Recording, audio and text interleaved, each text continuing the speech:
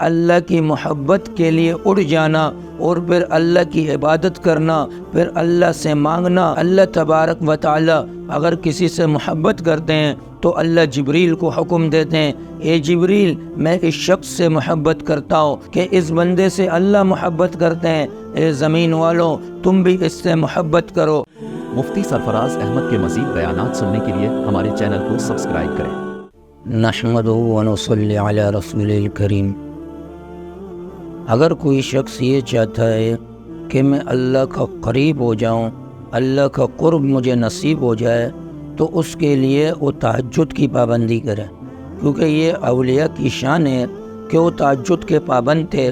پھر جو تہجد کی نماز کے لیے اٹھتا ہے، یعنی رات کو تکلیف برداشت کر کے، مشقتیں برداشت کر کے، نرم بسترے کو چھوڑ کر پھر وضو کر کر رب کے سامنے کھڑا ہوتا ہے، تو رب تعالیٰ اعلان کرتے ہیں کہ کوئی ہے جو مجھ سے بخشش طلب کرے، کوئی ہے جو مغفرت طلب کرے، کوئی سوال کرنے والا سائل ہے جو مجھ سے سوال کرے۔ یعنی یہ قبولیت کی گھڑی کہ ایک بندہ تہجد میں اٹھ کر اللہ کے سامنے گڑ گڑائے، اور قبولیت کی گھڑی کہ جو دعا کرے اور وہ دعا قبول ہو جائے۔ یعنی یہ وقت ہے کہ بسترے کو چھوڑا، اس کے دل میں اللہ کی محبت تھی کہ اللہ کی محبت کی وجہ سے اس نے بسترے کو چھوڑا اور اللہ کو پکارنے لگ گیا، نماز پڑھنے لگ گیا۔ تو اللہ تبارک و تعالیٰ سے ابھی یہ شخص محبت کرتا ہے تو اللہ بھی اس سے محبت کریں گے۔ جیسے بخاری میں روایت ہے کہ اللہ تبارک و تعالیٰ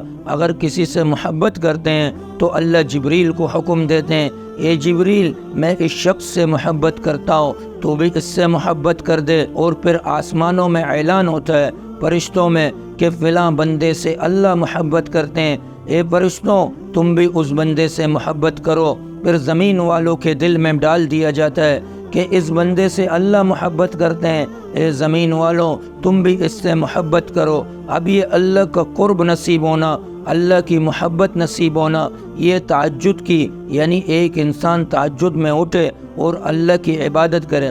تو اللہ کے رسول صلی اللہ علیہ وسلم راتوں کو اٹھ کے عبادتیں کرتے تھے، کبھی قیام لمبا، کبھی رکوع لمبا، کبھی سجدہ لمبا، یعنی پاؤں میں ورم پڑ جاتے تھے، لیکن اپنے رب کی عبادت میں مشغول تھے۔ حالانکہ رسول اللہ صلی اللہ علیہ وسلم بخشائے تھے، لیکن اس کے باوجود راتوں میں عبادتیں کرتے تھے۔ اب تہجد کا مسئلہ یہ ہے کہ آیا تہجد میں کتنی رکعتیں پڑھیں، تو یہ اختیاری مسئلہ ہے۔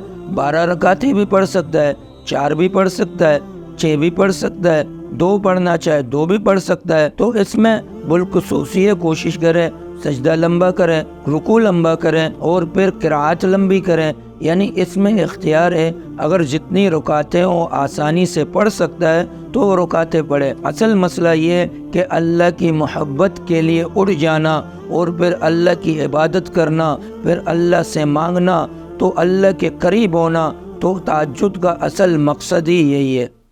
مفتی سرفراز احمد کے مزید بیانات سننے کے لیے ہمارے چینل کو سبسکرائب کریں۔